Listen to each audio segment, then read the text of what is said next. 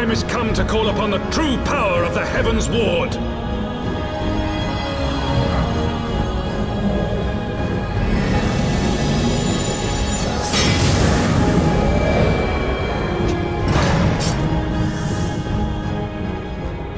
Fight me if you will, warrior of light.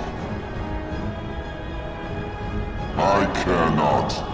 All who stand against me will be destroyed, be they servants of the darkness or the light. By my blessing shall all men be sanctified, and an endless era of peace begin. Vice and conflict shall cease to be. You reject my divinity, yet what have you to offer my people in its stead? Bitter truth? Virtuous suffering?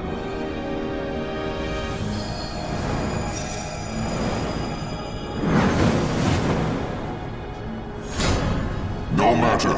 If you believe your cause just, I call upon you to defend it with your life.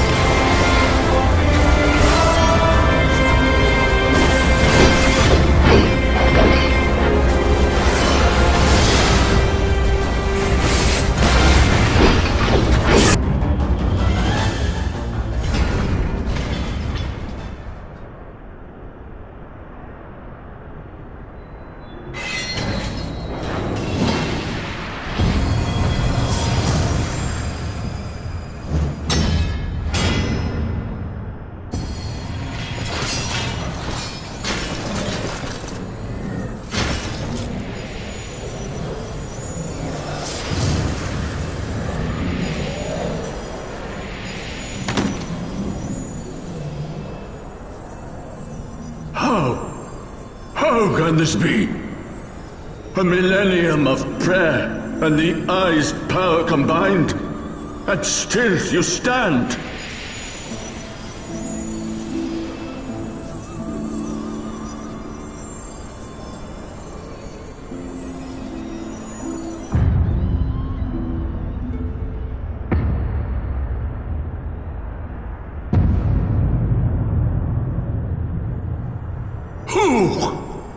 What are you?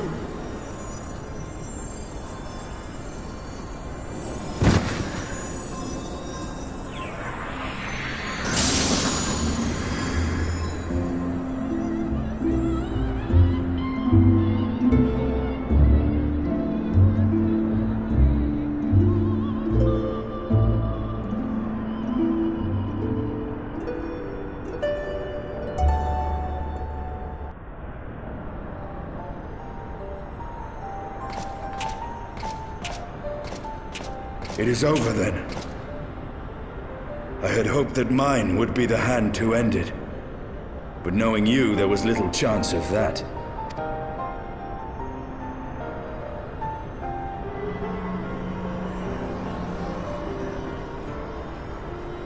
'Twould seem the Eye has served you well.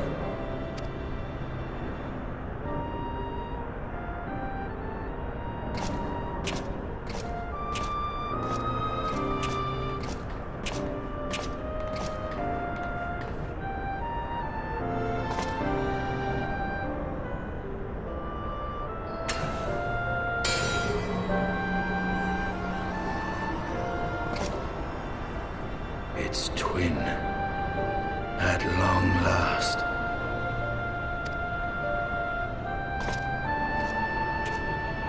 All that remains is to take them beyond the reach of man and dragon both. With this task accomplished, my toil shall finally be at an end.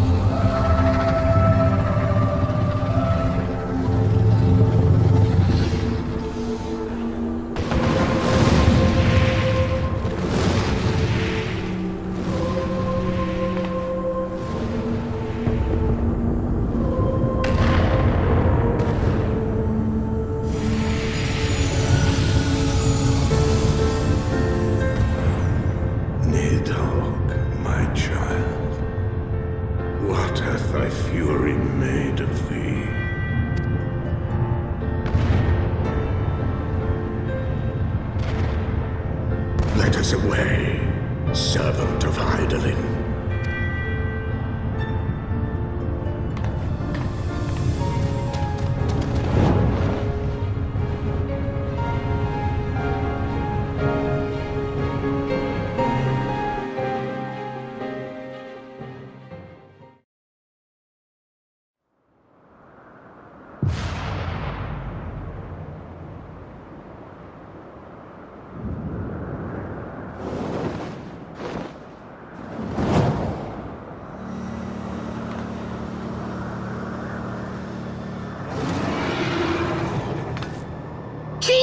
Over there! Oi!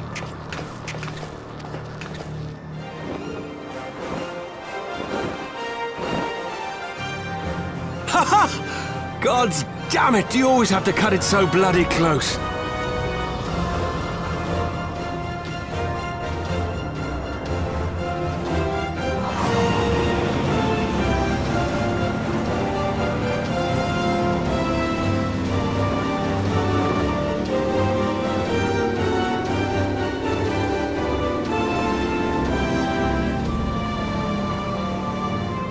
It would seem she has done it again.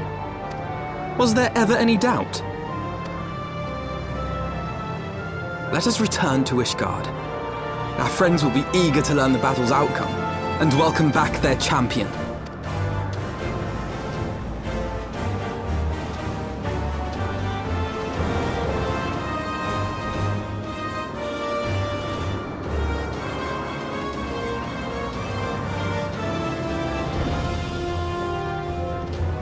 Where is Estinian?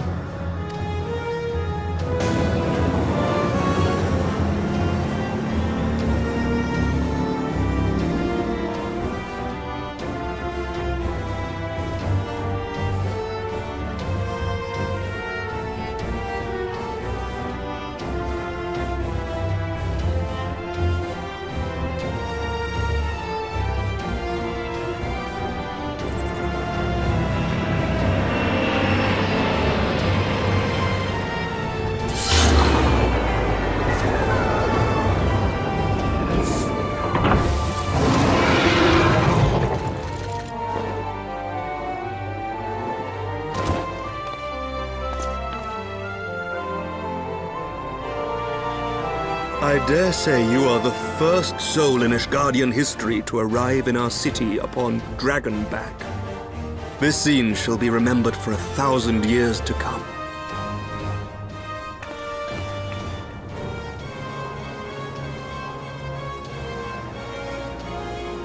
As we had feared, the Archbishop summoned the soul of King Thordan into himself, and thence became a primal.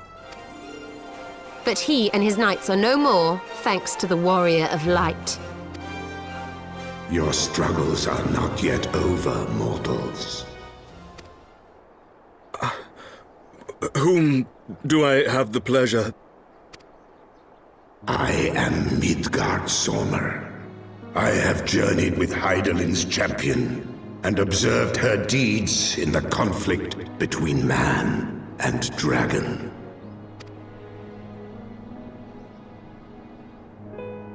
Tell me, children of Thordan, do you desire peace?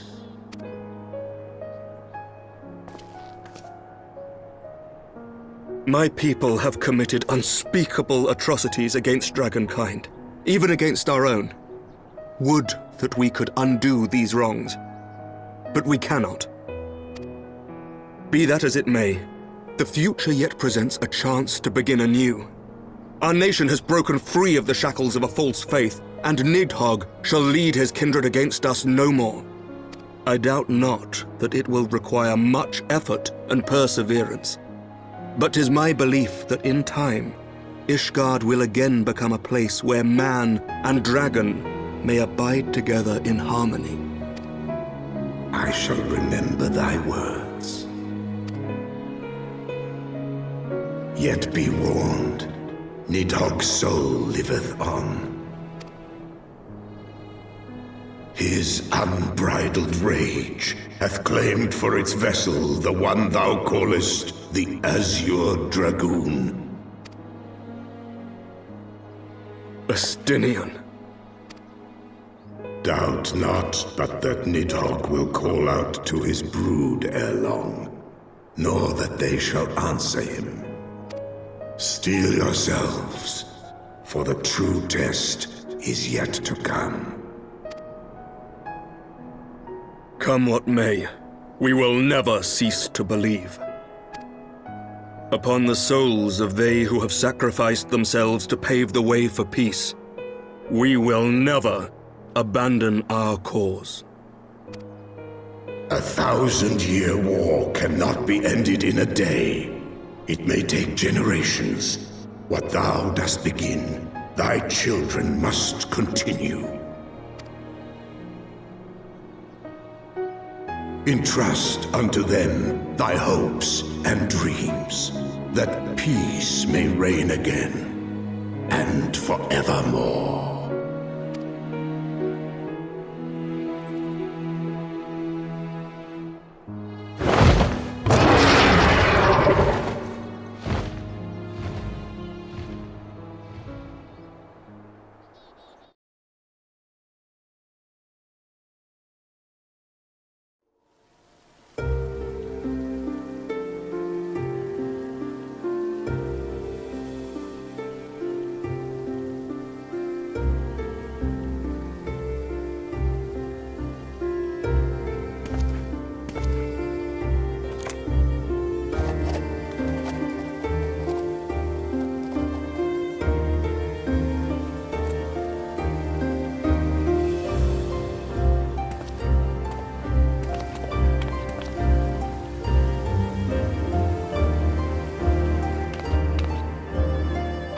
Let all here present attest that Sir Emeric, acting on behalf of the Archbishop, has appended his signature.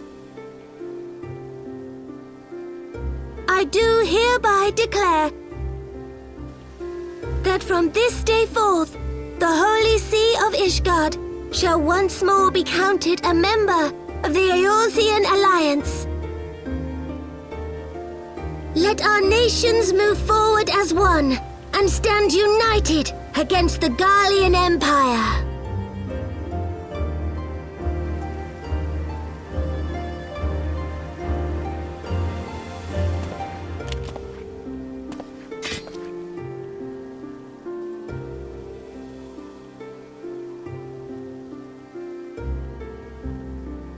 For the future of Eorzea!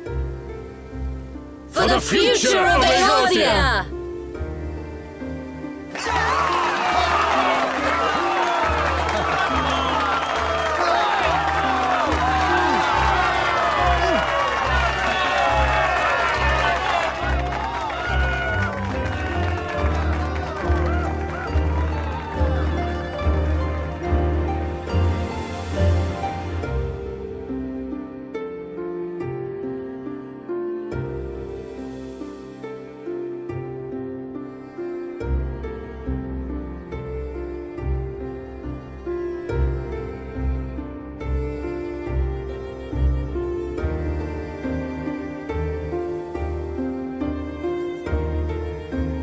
There you are.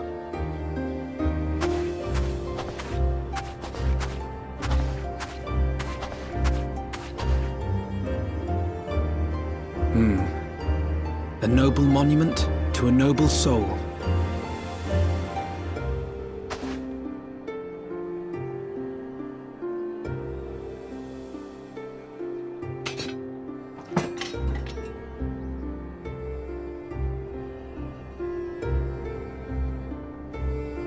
From here, Lord Orshafon can watch over all of Ishgard.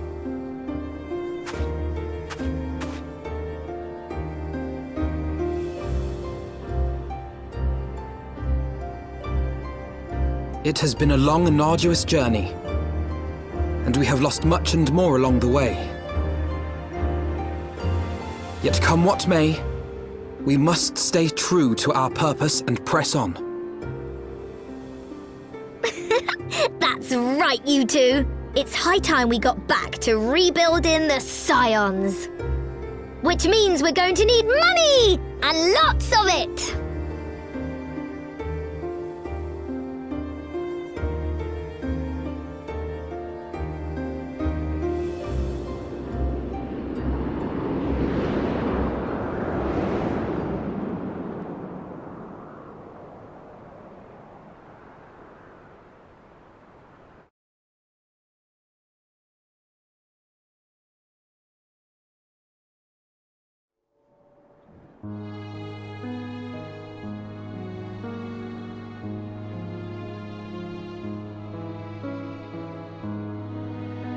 So ends a glorious chapter in their tale.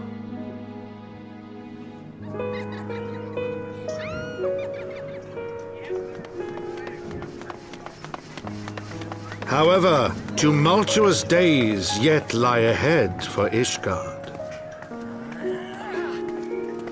After 1,000 years under the yoke of the Church, the people take their first tentative steps into the unknown.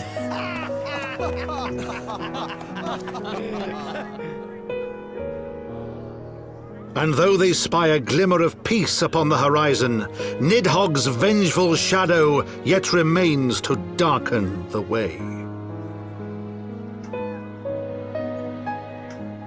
Be that as it may, so long as the young commander of the Temple Knights and his heroic companions are there to guide them, the people may hold fast to hope. The hope that one day true peace will return to Ishgard, and that man and dragon may live in harmony once more. Let the deeds writ herein never be forgot, that they may inspire generations yet unborn to strive ever heavensward.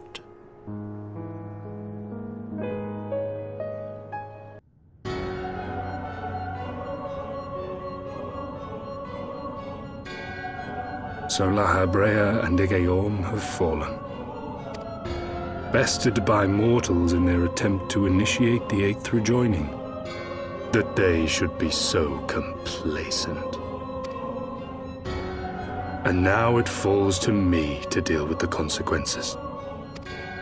Without intervention, the balance between light and darkness will begin to shift, placing our mission in jeopardy.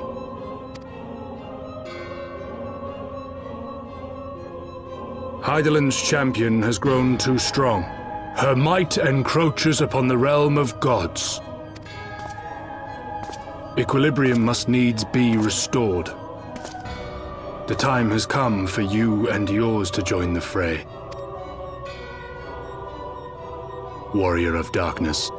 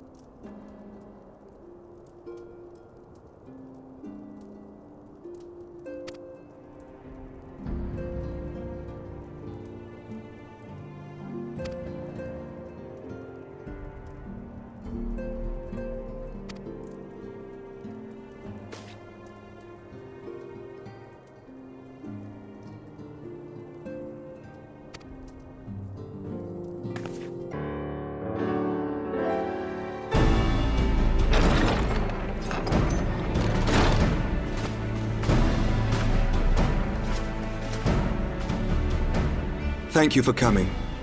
I wish to speak with you both in a place where privacy was assured. We quite understand. What was it that you wished to discuss?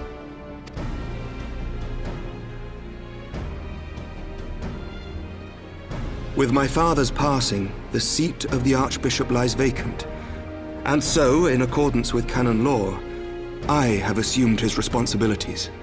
I should stress that this is a temporary measure. It was never intended that the Lord Commander of the Temple Knights serve in this capacity indefinitely. Quite the opposite. The statutes specify that I should surrender my powers as soon as a conclave of the senior clergy and the high houses have named a new archbishop. But in light of recent events, that would not seem appropriate. I confess I did not expect you to divulge quite so much quite so soon. The details of the Archbishop's plans, perhaps, but the true origin of the war and all it entails? I too had concerns. But when the Warrior of Light is witnessed returning to the capital upon the back of a dragon, one's options are rather limited. Mayhap I could have concealed certain details, but for how long? And at what risk? Should the truth have come to light in the meantime, how would the people have viewed my silence? After 1,000 years of lies and secrecy, I could not well abuse their trust and hope to be believed. The time for deception has passed. I only wish the people agreed. That some would deny the truth I had anticipated, but not this many. And among the few who acknowledged that my father had to be stopped, no small number question our methods. If they suspect a coup, it will not be long before some turn to violence. It has already begun, and that on both sides. Men and women of the cloth are being harassed in the streets. Some have even been assaulted in the Broom. Hilda and her people have formed a watch to help us maintain order. But such measures will not prevent the unrest from spreading. For all our talk of peace, the people remain frightened and confused. For their sake, we must bring the Dragonsong War to a definitive end. And we should be glad to help you, Sir Emmerich. But what precisely would you have us do?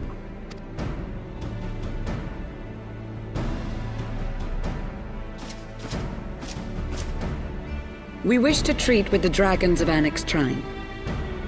To that end, I would trouble you for an escort and an introduction.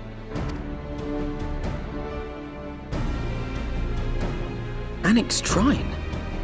You would speak with Vidofnir, then? We must needs open a dialogue between our peoples.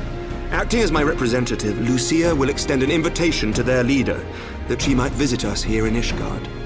Were she still with us, I would of course have beseeched Isel's assistance in this matter. But as she is not, I must ask that you aid us in her stead. Will you do us this favor?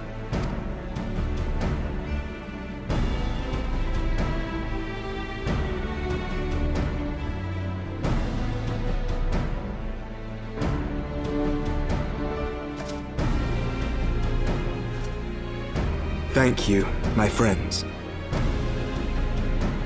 Lucia, I leave the rest to you.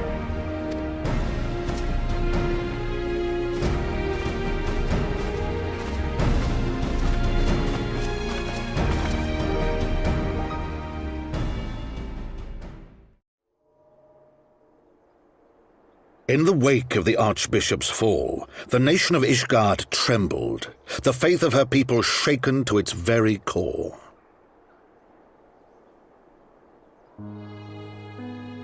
For 1,000 years had they fought and died, certain of the justice of their cause, only to be told that their holy war was born of the sins of their forefathers.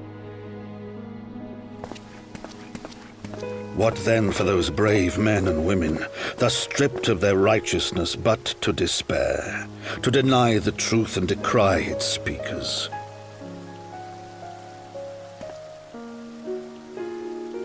And what then for those whom they defamed but to hope on, to have faith in a brighter tomorrow?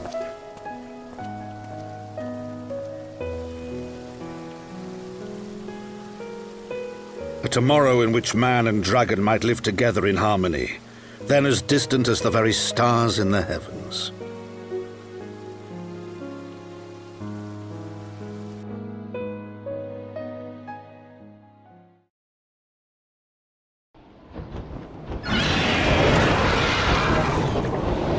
Yet while we dared to hope, deep within his lair the enemy lay, gathering his strength. Nidhogg, now possessed of his 2 eyes and the body of the Azure Dragoon, prizes to which he had laid claim at the very hour of the hero's triumph.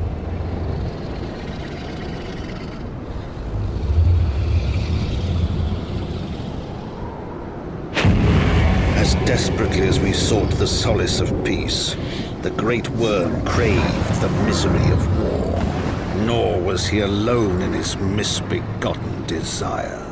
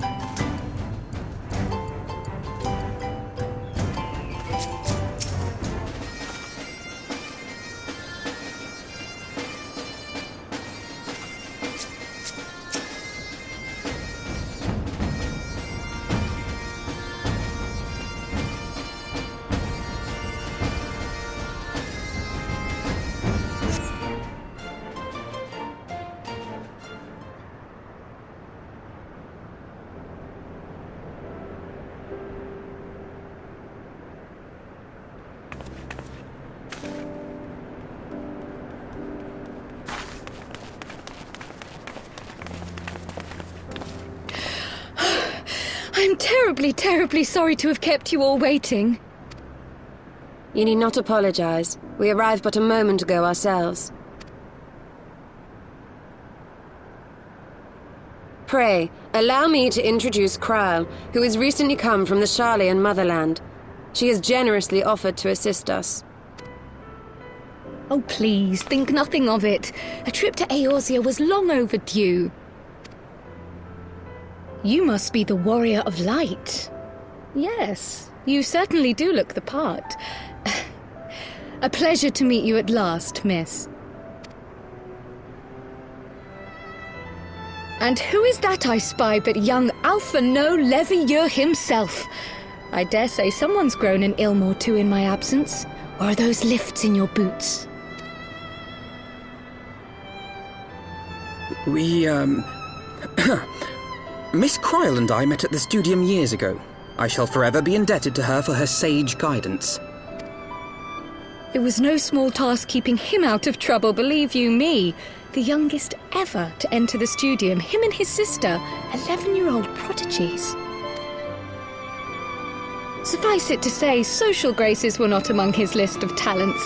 Striding up to his seniors on his first day, head held high. What was it he said again? Thank you, Kryle.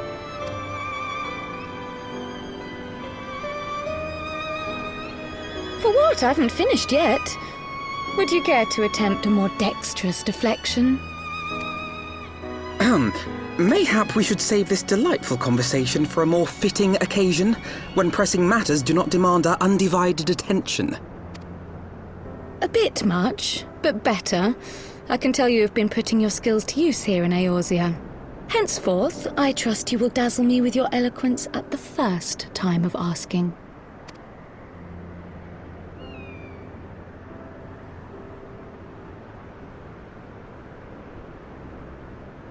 Right, on to more pressing matters. Finding Minfilia and the other missing scions. I gather you have new information to share with us. A new approach, actually.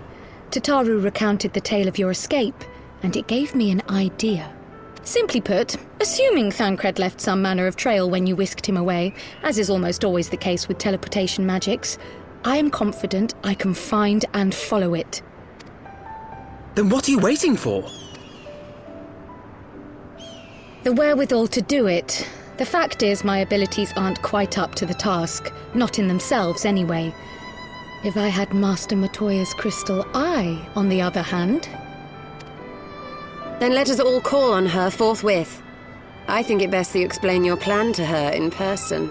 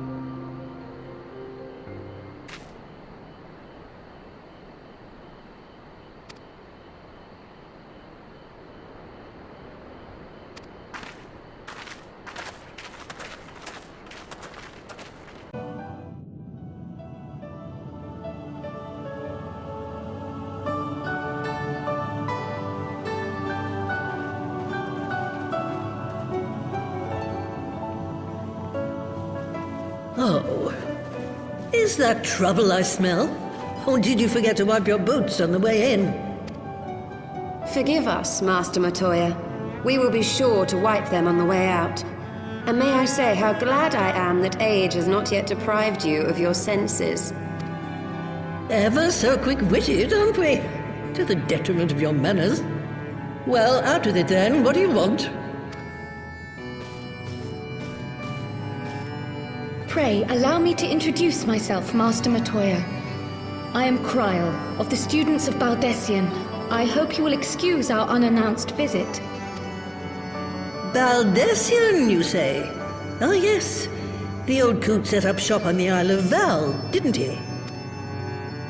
Regrettably, our Order's headquarters and the Isle itself were obliterated by a magic of immense power. I have the blessing of light to thank for my own preservation. Croyle, you too possess the Echo. Well, yes, of course I do. Our Order is devoted to uncovering the mysteries of Hydaelyn and interpreting her will, particularly through the study of her gift to us. It was in the course of these studies that I met and subsequently befriended Minfilia. She and I have rather a lot in common. I had no idea. You weren't supposed to. Not that I wanted to deceive you, you understand, but precautions had to be taken. Yes, that's all well and good, but you still haven't told me why you're here. The students of Baldessian are gone, and there is naught I can do to change that. But the signs of the Seventh Dawn can yet be restored, and my dear friend found.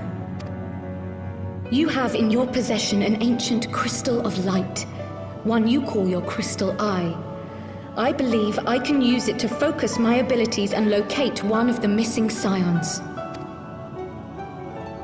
And there I was, thinking you might want to make use of my years of experience. Oh, wait here.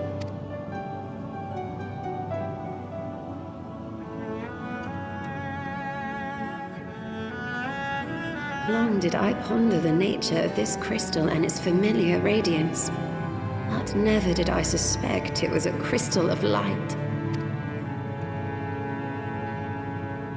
On the cusp of an umbral calamity, souls blessed with the power of the Echo invariably appear.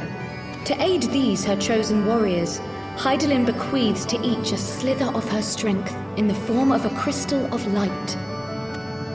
But as her strength wanes, so too does the potency of her gifts. This crystal, born of an earlier era, is infused with a power far greater than those of this age. You could travel the length and breadth of the land and not find a crystal even a fraction as pure.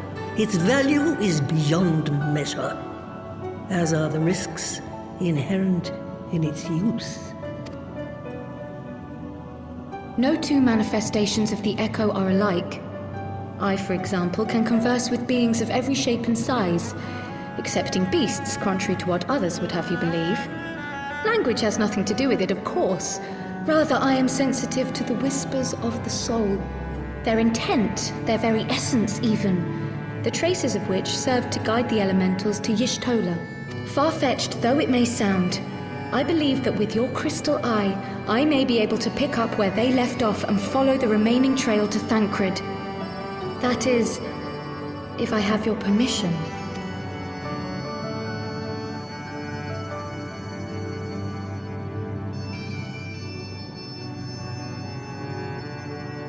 Well, the poor sod's not going to find himself. So, as long as you don't drop it or take it out of my sight, you may do with it what you will. Thank you, Master Matoya.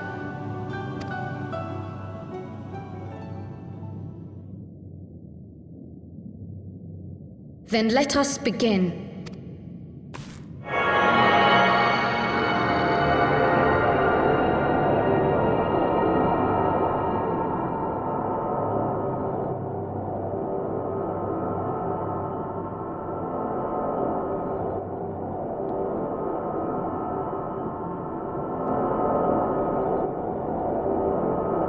From the Black Shroud, the trail continues to the north and west, towards a mountain, the foot of Som Al. It was a near thing, but he was not deposited within the rock. I think.